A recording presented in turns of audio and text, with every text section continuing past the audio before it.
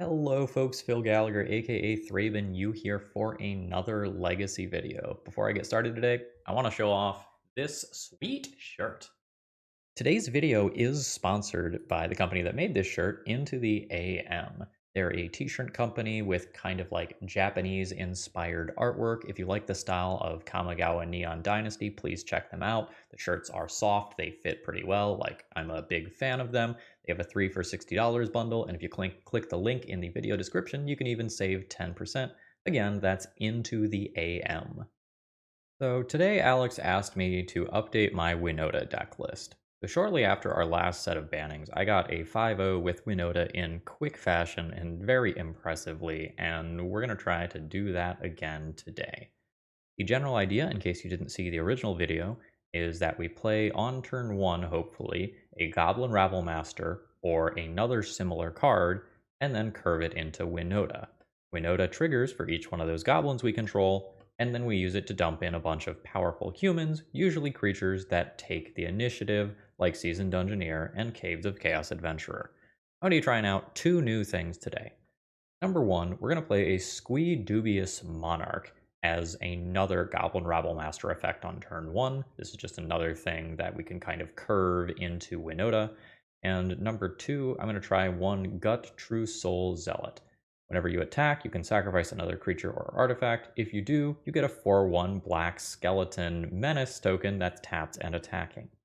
And I want to very carefully look at the wording here. This is whenever you attack, not whenever Gut attacks. So on turn 1, you could play a Goblin Rabblemaster. On turn 2, play Gut, attack with Goblin Rabblemaster, resolve a Goblin Rabblemaster trigger, and then turn one of your goblins into a 4/1 skeleton, which honestly is pretty cool. And you can also turn Chrome Mox and Lotus Petals, Chalices, whatever, into these as well. I'm looking forward to see whether or not this is actually going to be good. The sideboard has mostly stayed the same here. The big thing that I wanted to do was respect artifact decks, and I was thinking about Meltdown and Brotherhood's End as the two big things that I could play here, but I was worried about the red pips of Brotherhood's End just not being castable with this mana base. We are trying to play Cavernous Souls to force through Winota as consistently as possible, and that comes at the cost of playing some cards.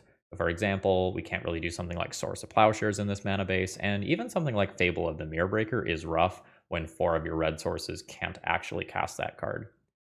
So with that being said, I think we're going to hop into the video here. Last thing here, my previous Winota numbers were really low in terms of viewership, so let me know in the comments below whether or not you want to see more Winota on the channel. My current plan is play this one and then retire the deck for a month or two, and then, we'll see if people are interested in watching it again. All right, let's battle. Okay, this hand is probably a keep. I am going to have a lot of different ways that I can play this hand, though, and what my opponent does on turn 1 is really going to dictate how I play this game. I may be forced to just cast Chalice of the Void on turn 1. Nope, that's not happening. So now the plan is just resolve a Winota before I get run over by my opponent's stuff. If I turn 1 Goblin Rabblemaster, I actually don't turn 2 Winota, so I probably have to turn 2 Goblin Rabblemaster into turn 3 Winota. A little unfortunate. If my opponent didn't start on Vile, I would have played a Chalice here, but I need to just go, oh fuck me, I'm so screwed. Alright, Upkeep Wasteland occurs. Winota is now fully off the table, and we are in Goblin mode. This is a rough series of draws here. Days could make it worse, but we managed to dodge that bullet. Now we're looking to draw any red land for next turn to play Legion Warboss. And I am in a lot of trouble if I miss on that red land. Okay, what is this? Sacrifice it until end of turn if a non-token creature would enter the battlefield and it wasn't cast, exile it instead. Absolutely fucking not! What is this bullshit? I show up with a perfectly respectable Winota deck and my opponent is main decking Mist Collar? What the fuck? No. Okay. Yeah, so this is a good news, bad news situation. Like, good news, we've got goblins. Bad news, kind of everything else. We'll put Containment Priest on a Merfolk. My hatred for Merfolk grows larger this day. Alright. Get creature. Get creature. I think I am willing to just trade away Rabblemaster here. I am not the biggest fan of how this is going to go for me, but I don't think slowing down is good. Because otherwise I just throw away all my goblin tokens in attacks. This at least lets me top deck a Spirit Guide next turn to play Winota and get 3 triggers. Like, the Mistcaller is gone. Don't like how this looks for the home team. Come on, Spirit Guide. We'll take Lotus Petal as well. Ancient Tomb's no good here. I guess I will put a Chalice on 1. I'm in forced chump block with a Goblin token position next turn, I think. So this token is forced to attack. I'm not going to attack with a second token. My opponent has another creature. I just lose 2 creatures in combat here. Yep. Getting worse. Fuck. If I block 1/4/4, I take 14 damage and still die. If I block with both of these, I have no routes back into the game. That was rough. My opponent was a deck that Chalice was bad against. He also ran into this, which would have been a huge problem if my stuff looked a little different. We'll be boarding in 4 copies of Fury. Probably just trimming my 4 copies of Chalice of the Void, despite the fact that they are good against Vile. So this hand only makes 2 initial mana, which means it's just not keepable. Bad beats on the mulligans here. This has no colored mana. I have to throw this back as well and go to 5. We're probably going to run into a similar situation as last game, where if I get wastelanded, I'm just going to fold. Wow. Nope. 4. Yikes. All in on a Legion Warboss. Yes, yeah.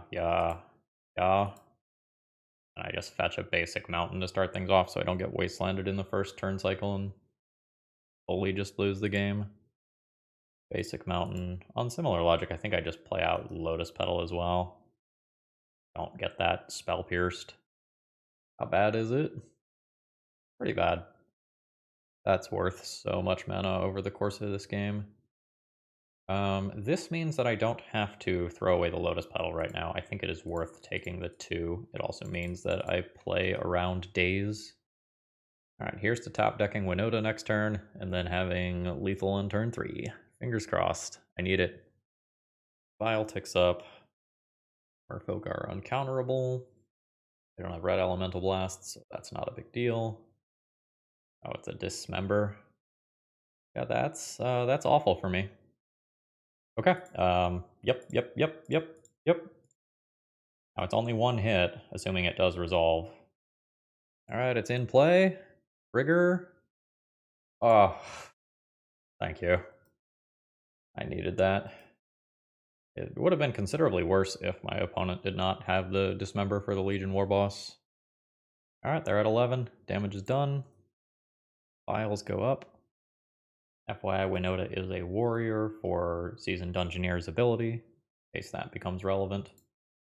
And it is pretty likely to become relevant. I think I am just going left side here. Putting these counters on Seasoned Dungeoneer. If a removal spell happens, I want it to be here, not on Winota. Winota can keep getting me value. Oh, that's great. Do I have a reason to play this now? I guess I can force a counterspell or something from my opponent now, but if my opponent has something that shuts off abilities, I can dress down awkwardly, like it would be bad to play this pre-combat. I guess I would still be running into it post-combat anyway. I think I just give up the Lotus Petal here and keep my point of life. Although I guess doing it pre-combat informs my opponent's decisions regarding trap and their exact life total. Please. Drop our opponent down to 6. An attempt to swing in. Sure. Alright, Winota gets tapped down. Dungeoneer gets tapped down. So the Winota ability is off currently, meaning the attack with the Goblin token is not great.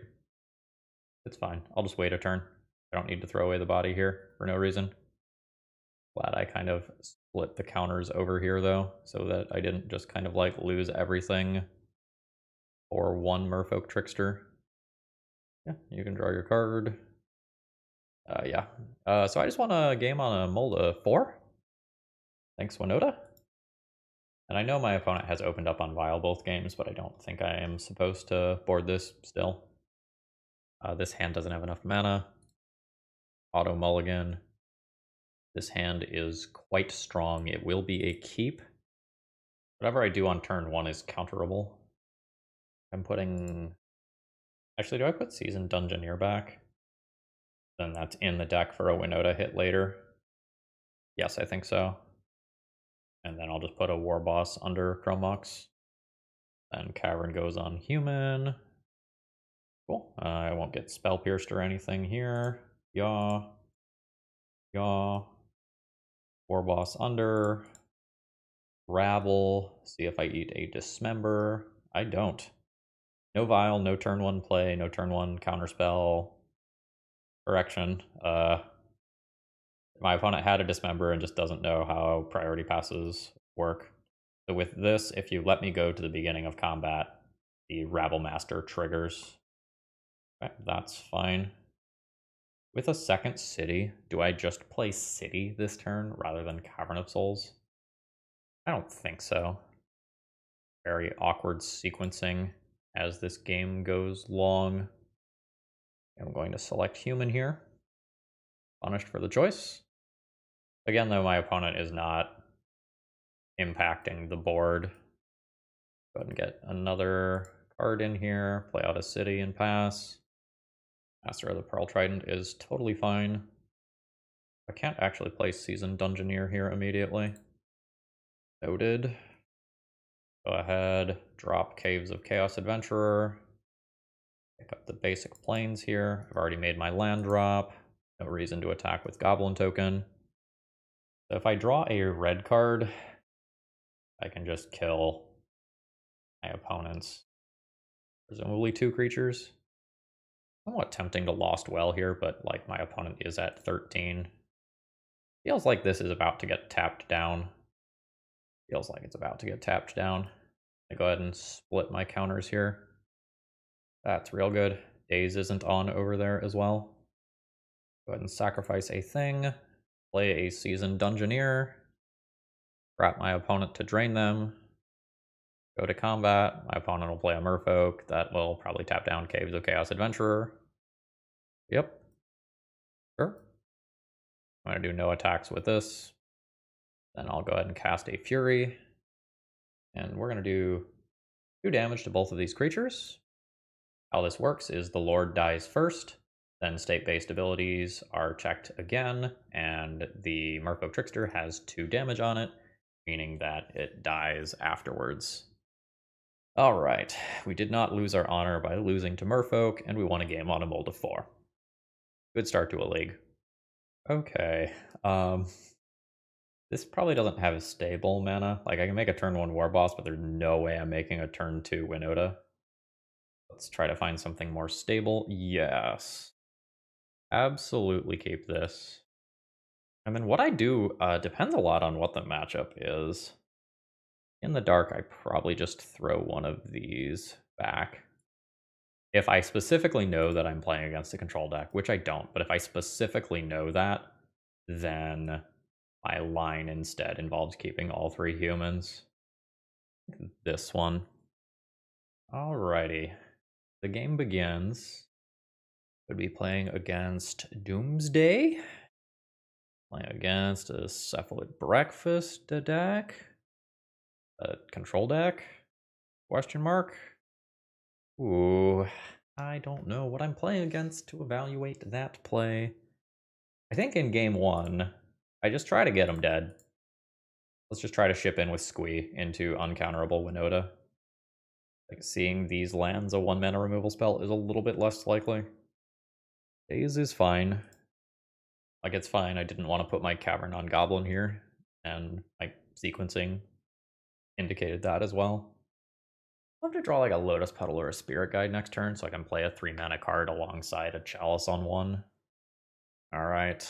How are we going to figure out what we're playing against? Am I going to see another color? Bayou.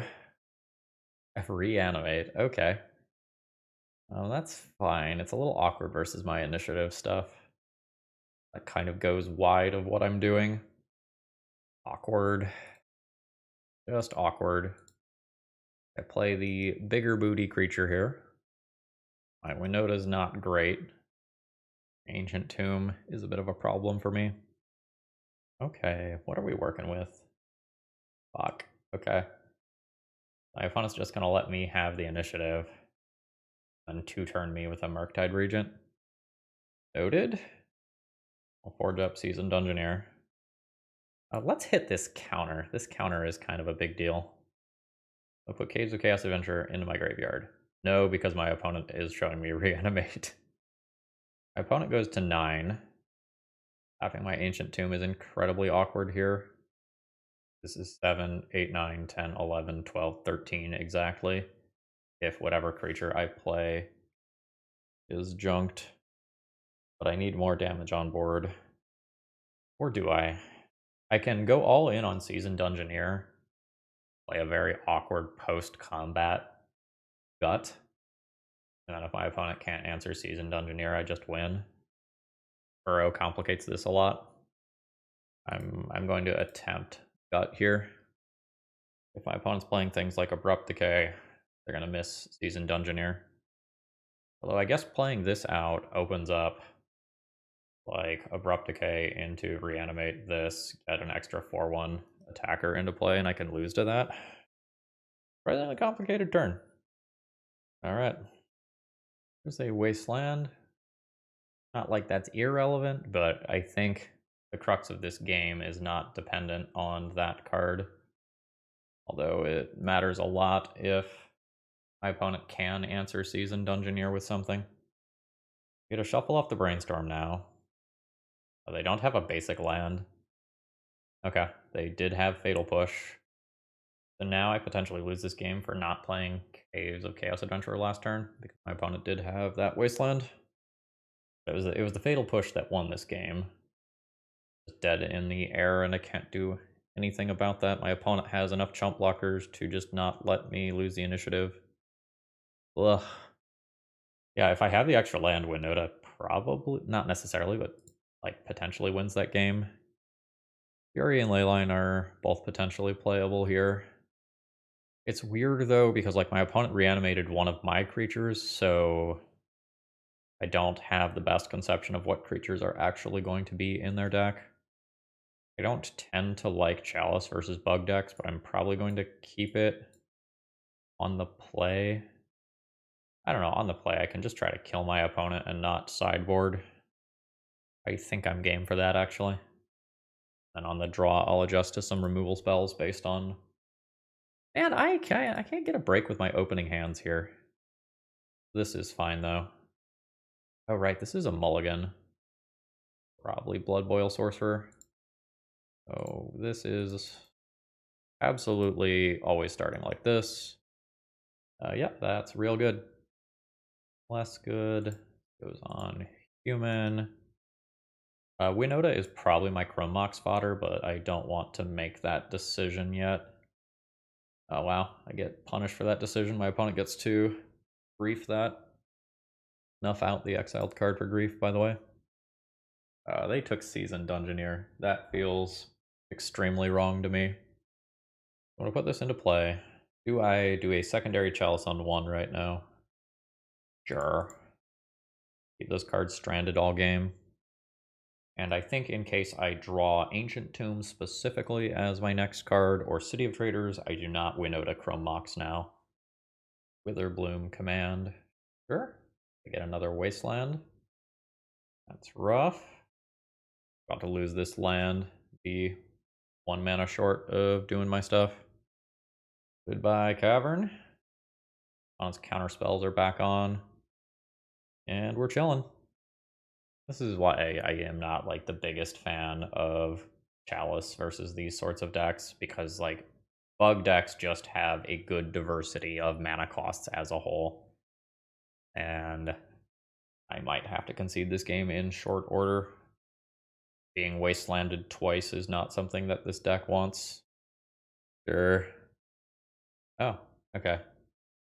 I would have considered sitting on that for a while if I were them. Like, they know I have a Chromox that I'm really hurting on mana. Oh, okay, that's fine. I'm gonna take my draw step, and unless it's a soul land, I'm gonna concede the game. This is just not a reasonable deficit to come back from. Yep, that's fine. GG's. Alright, I'll be keeping my hand here. It's a little bit mana heavy, but I think that's fine. I might just take a turn off to play Chalice on one, depending on what I see from my opponent here. And with a generic cantrip, I think I will just turn one Ancient Tomb. I will probably Chrome Mox first, even before making a land drop. Give my opponent an opportunity to daze a Chrome Mox that doesn't actually matter. So let's Chrome Mox, give an opportunity for a daze here. Throw Spirit Guide under it. I will go with Ancient Tomb here. And drop this on one. Then play. Now, what blue deck are you on? Fuck. Didn't want it to be this one. Playing against Show and Tell. My opponent has a sneak attack. Not the mana to activate it, though. They don't even have it showing. Gotta be in hand. Or they have to cantrip towards it, but jealous. I think we're going Caves of Chaos Adventurer here. I'm gonna do this into Blood Boil Sorcerer and just try to turbo my opponent dead. 7 plus trap next turn. And lethal the following turn. Alright. Do they naturally have a creature? Ah, then, alright. Okay, that one doesn't annihilate all my permanents. That one does, though. Yeah, I just get Emrakul next turn, and I am always dead to that. And I can't deal the necessary amount of damage. I think even with Winota. Well, okay. I put in Warboss. Alright. I don't know if my opponent's spell was correct. Like, I think you just save that to sneak attack next turn. Incredibly unlikely that I can deal 21 points of damage. Like, I might have Show and Tell in an Atraxa. That's a Winota. Force of Will is just gonna happen. Gotta try. Winota. Legion Warboss. Attack all. Mentor onto a token. Do Winota things. Seasoned Dungeoneer hits play. Allowing me to forge. Basically any creature other than this is fine. Winota again. Getting Caves of Chaos Adventurer. Wrapping my opponent. Putting them to 16. Caves of Chaos Adventurer reveals Cavernous Souls. Do this thing. Don't believe I have enough damage here. I eat my words on the Show and Tell thing, right? I guess they took 2 more off Ancient Tomb for doing that. Yeah, they go to 2. Yeah, they would have died if they didn't play Emrakul. I can't play this, and then I'm dead to the Emrakul attack, unfortunately. I'm really happy with how I played that one. Just didn't quite come together. Actually, if they don't cast the Show and Tell, I don't have Legion Warboss, so I don't get 2 Winota triggers. I actually would have 0 Winota triggers. Oh, huh. Okay, I'm not going to work backwards through the math. This is not a matchup that I am happy to play, as my Chalices and Trinispheres don't actually do a ton against my opponent. Like, the plan is just kill them. If it doesn't work, I'm dead. I don't even think I'm going to try to play Trinisphere here. No sideboarding, deck is perfect. Do I want to keep this hand? Plains as my land is very awkward. I'll probably still keep it, though. Lotus Petal. Ancient Tomb. I'll use both of those resources to go ahead and Caves of Chaos Adventurer. A great Force of Will if my opponent does have it. But they don't, so I'll get a Mountain. Does just attack for 7 on turn 2. Caves of Chaos Adventurer is so spooky as a turn 1 play. Ancient, no. Yeah, this is why my plan is just kill my opponent, by the way. Oh shit, it is Vesuvan Drifter. Alright. This is a scary card. My opponent could annihilate me 6 next turn. Forge it up. Chrome Box is very good. I think I attack with Caves of Chaos Adventurer first, though. Rather than play anything out, because this doesn't care about barbarians. Oh my god, that's each combat. It's both sides. Like, I know that's what that card says, but, like, I had only thought about it offensively. Bloodboil Sorcerer. I will probably play that. Like, imprint my Winota here. Under a Chrome Box. Winota. This is sometimes 1 less damage next turn, and this can be blocked by Vesuvan Drifter, though. Whereas this can't. What's creature types on this? Human Shaman, so that doesn't get buffed by this. That's really weird. I guess I will play the unblockable card here and give up some value. We'll take the initiative again, going to trap. My opponent's at 6. But again, like, my opponent could just cantrip Emrakul, and it's so incredibly gross. I'm scared. Hold me, YouTube comments. Okay, that was bottom. Fantastic. Alright, and that's good enough for a concession. Okay. I might be crazy for doing this, but I'm going to cut Chalice of the Void for Fury, because I'm so scared of that card. And I think a lot of times Chalice isn't going to accomplish what I want to accomplish anyway. This hand is medium. I think I'm going to ship it. Go back Arid Mesa with this hand. 1 mana, 2 mana, 3 mana, 4 mana for Seasoned Dungeoneer on turn 2. Not really what I want from an opening hand, but I do need to keep a certain number of reasonable Magic the Gathering cards so that I can win games. This is also an incredibly tough matchup. Like, Chalice deck versus Show and Tell, I'm voting for Show and Tell every time. Like, they're going to be so favored. And a follow-up Lotus Petal. Second Lotus Petal. Alright. I'm going to preemptively play this out on human. Not going to do anything else as of right now. I can die this turn relatively easily. That's a Show and Tell. Is real bad for me. Pull a basic out of my deck. Ooh, opponent is drawing with Grizzlebrand. That, like, can put my opponent in a surprisingly scary position, right? As I forge, then trap. I play another creature in here. It's, like, definitely spooky. Alright, initiative card. Do your thing. Forge them up.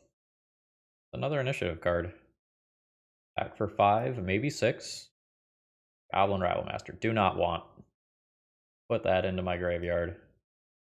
Opponent's at 6. This is a very important Chrome Box.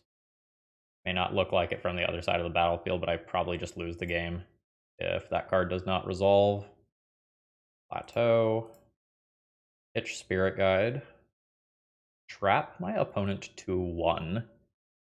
Like, they would have died if they played a fetch land instead of another basic island. This is gonna be tight. My opponent did just draw 7 cards. Can't force a will anything. They can't fetch. They can't attack with Grizzlebrand unless they can play another creature afterwards. I love every mana that goes into something that is not like a Show and Tell here. Every time my opponent taps a mana, it's just less likely that they, like, Show and Tell Omniscience Emrakul me or something like that. That's a shuffle. Yeah. Alright, no whammy, no whammy, no whammy, no whammy. Alright, no Grizzlebrand attack. Yes, they can, in theory, have a 1 mana bounce spell. So I don't attack with Caves of Chaos Adventurer, so I can do the protection thing off Seasoned Dungeoneer. Yeah. My opponent says, yeah, I definitely made many mistakes here. GG's. Alright.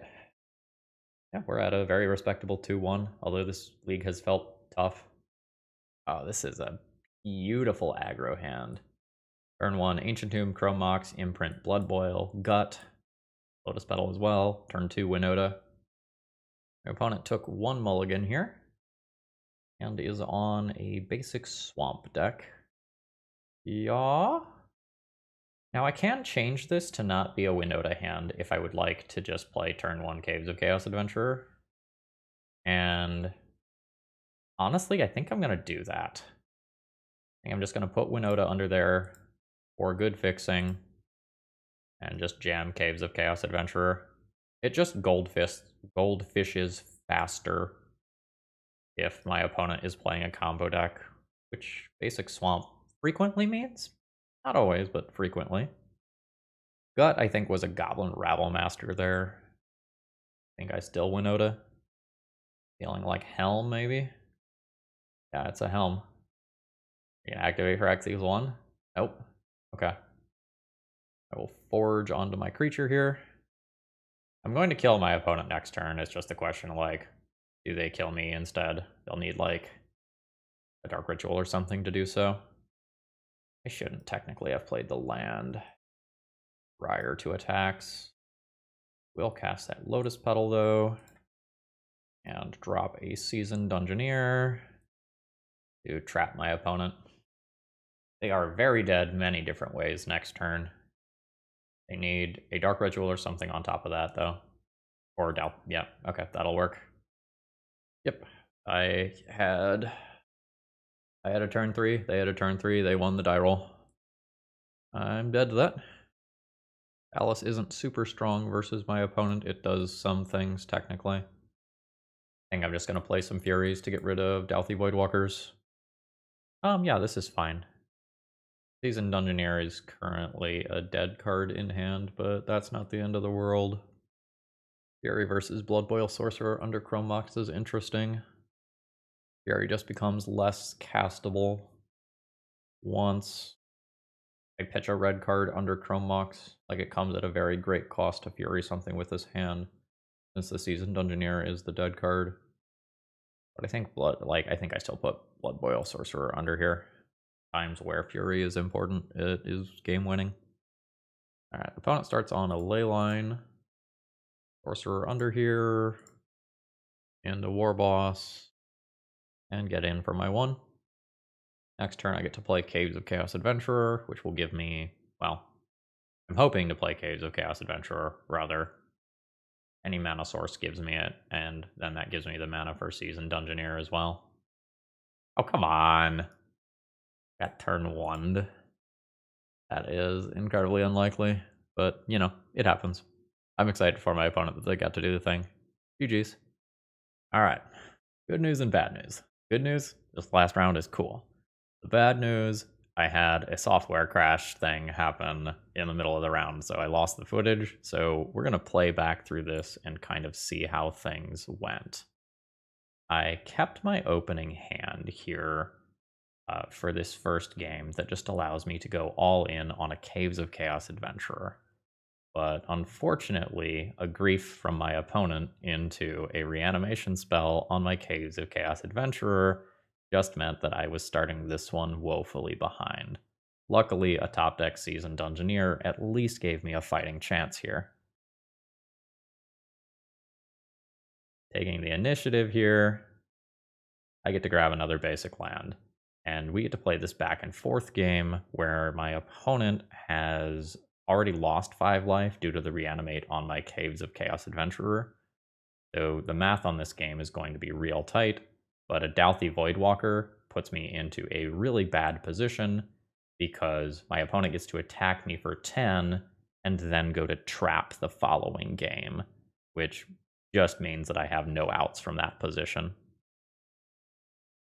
So then game 2 happens, where I take a very quick mulligan here and end up keeping a hand that allows me to go all in on a Seasoned Dungeoneer. Not super what I'm looking to do in the matchup, but, you know, sometimes you gotta do what you gotta do. And my opponent begins by griefing, which is a 2 for, like, my opponent gives up 2 cards and gets nothing in return. And I opt to go for a Scry here because I'm super concerned about my opponent just having some sort of removal spell. And I followed up with a Winota, which is what it is. There's notably currently a Legion Warboss on top of my deck from the Scry. So I get to draw that, play Legion Warboss, and then get a Winota attack in. And that Winota attack gives me another seasoned Dungeoneer, putting just an incredible amount of pressure on this game. And the final game is going to go relatively fast here, but I'm going to go ahead and kind of highlight a very important decision that happens at the beginning of the game here.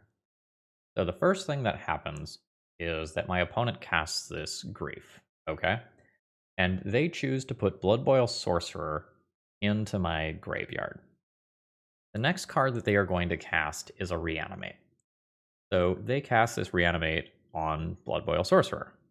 Let's go forward a second. And they get to go and take the initiative. They know every card in my hand right now, okay? What happens if I draw a Lotus Petal? If I draw a Lotus Petal or a Spirit Guide, I get to cast a Fury, Itching Gut, removing Blood Boil Sorcerer, Goblin Rabblemaster, make a token, attack, take the initiative, get an extra land drop. Lo and behold, I do draw Lotus Petal. So everything plays out like I just talked about. I get to go and take the initiative here on turn 1 while also having Goblin Rabblemaster, which is something my deck is not normally capable of doing. My opponent is able to go and play a Dauthi Voidwalker, but the damage is done at this point. I am attacking for lethal as of turn 3. My opponent thought they would have more time here, but since they took the initiative at the beginning there, they actually didn't. And I think if they would have taken my Fury at the beginning of this game and just started with a giant double striker, they would have been in the position where they can't realistically lose, or at least can't lose that quickly. And I think this was a great example of how much your micro decisions can matter when the worst case scenarios do finally happen. All right, so that's it. We've made it to the end of the league here. Despite the little video hiccup at the end there, we did end up with a 3-2 finish. Overall thoughts on the deck list. Definitely solid.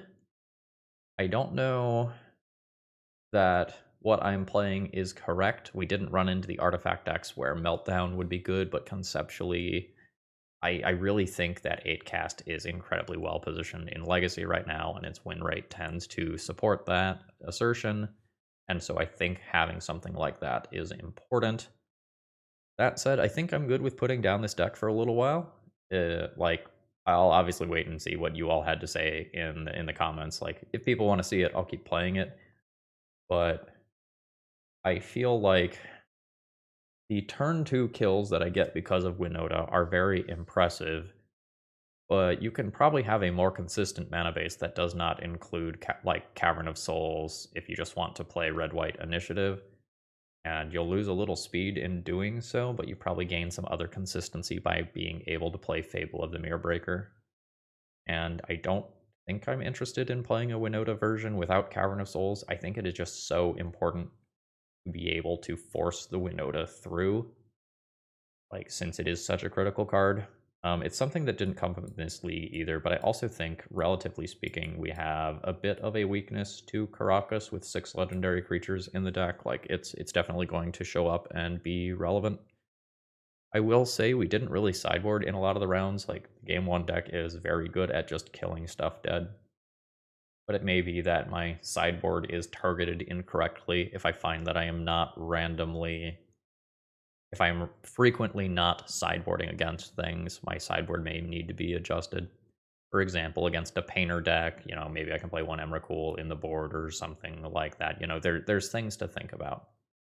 So yeah, I think that's what I have to say. Let me know in the comments whether you want to see more Winota on the channel or whether I should retire it for a little while. Consider giving me a like on the way out, and I hope you have a great rest of the day.